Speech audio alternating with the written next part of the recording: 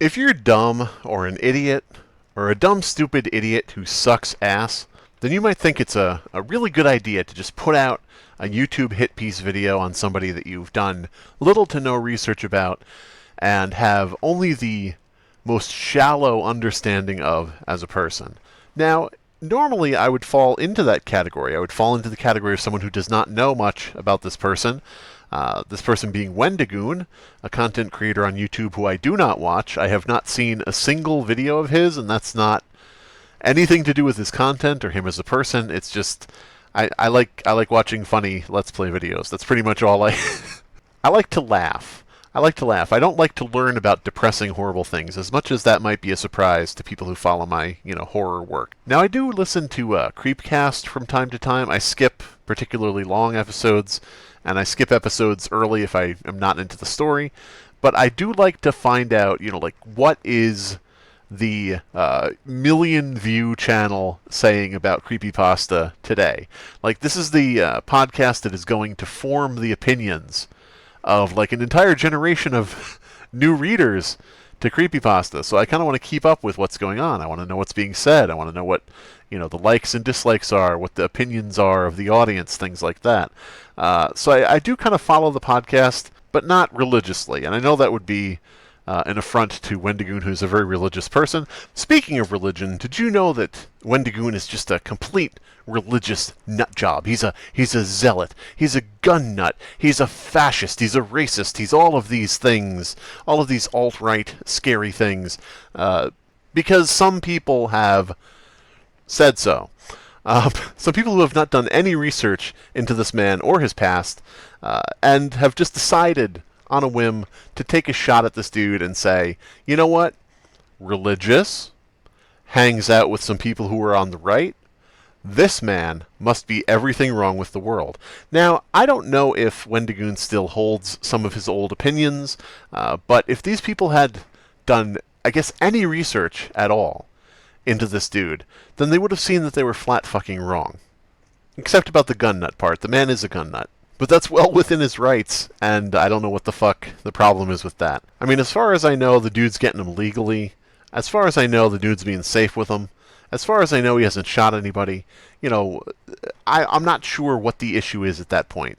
If he breaks any of those conventions, if he violates any of those laws, if he crosses any of those lines, then maybe we can discuss it. But until that point, the dude's a gun collector who likes playing Army Man. I mean, what the fuck? Who cares? But anyway, back to the point. When In Praise of Shadows made his little video about Wendigoon, that basically blew up. That, exploded. Everybody in the commentary community was rushing to Wendigoon's aid. Everybody just saying, oh, you got it all wrong. We got to all defend this guy. We got to rally to protect, poor sweet Wendigoon. And, I'm glad to see stuff like that, because when somebody is wrong, I like when everybody comes together and says, hey, look at that guy over there, he's wrong.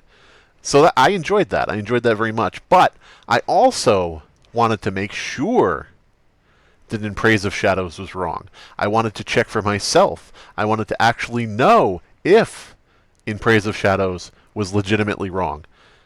And he most assuredly was, because at the time I looked back into Wendigoon's past, did my digging. You know me, Slimebeast, the diggy a-hole. Did a bunch of looking into his past, found an old podcast that Wendigoon was on, looked into his old Instagram account. Now, yeah, the dude was a member of the Boogaloo Boys.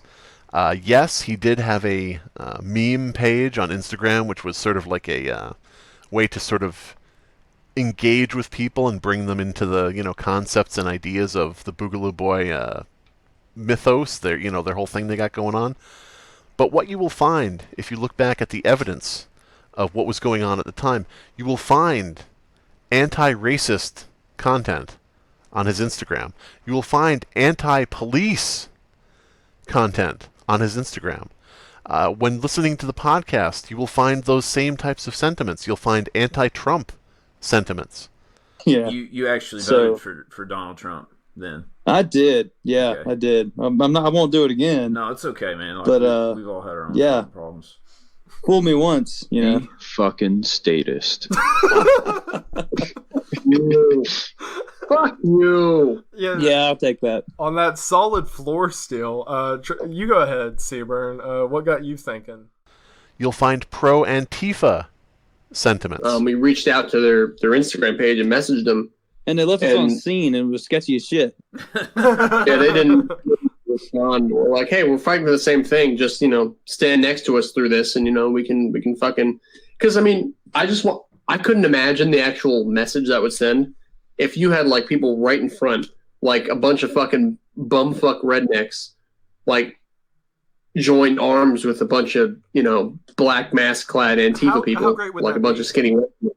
How great would that be, though? If that picture got out there, like, of them, like, together, and actually that made its way, like, can you imagine the spark that would fucking ignite something in this country if that happened? Oh, yeah. It would be great. This does not match up with the picture being painted of an alt-right wacko who would go arm in arm skipping down the halls of the Capitol on January 6th. What I saw was the greatest gathering of pro-Second Amendment individuals that I have ever seen. You're talking about people from all walks of life, gay, straight, black, white, everything in between. It was not what I expected to walk into, to be honest. Very cool. This does not match up with how things were represented. Now, the funny thing is this. I think that looking back at this evidence and actually seeing what was really going on at the time, and again, I don't know. Does Wendigoon still hold these, positions? Does he still hold these beliefs? I can't speak for him. I don't know. It could be that he's entirely changed from then to now. I don't know. But when you look back at the actual evidence, you don't find things that would get him canceled by the left. You find things that would get him canceled by people on the right. Anti-police, willing to work with Antifa, anti-racist, if you're talking about alt-right. These are things that would get him dropped by his most cancerous right-leaning followers. This would not get him dropped by his most cancerous left-leaning followers, or, whatever you want to say. Like, it baffles my mind. Like, these people, first of all, making a hit piece about somebody without doing any research, bad idea. But it baffles my mind that the information that is available so wholly contradicts everything that these people put out about Wendigoon. It's crazy. I don't know the guy. I don't watch his content. He may be an utter dickhole in real life. I do not know. But my God, deal in truth, won't you?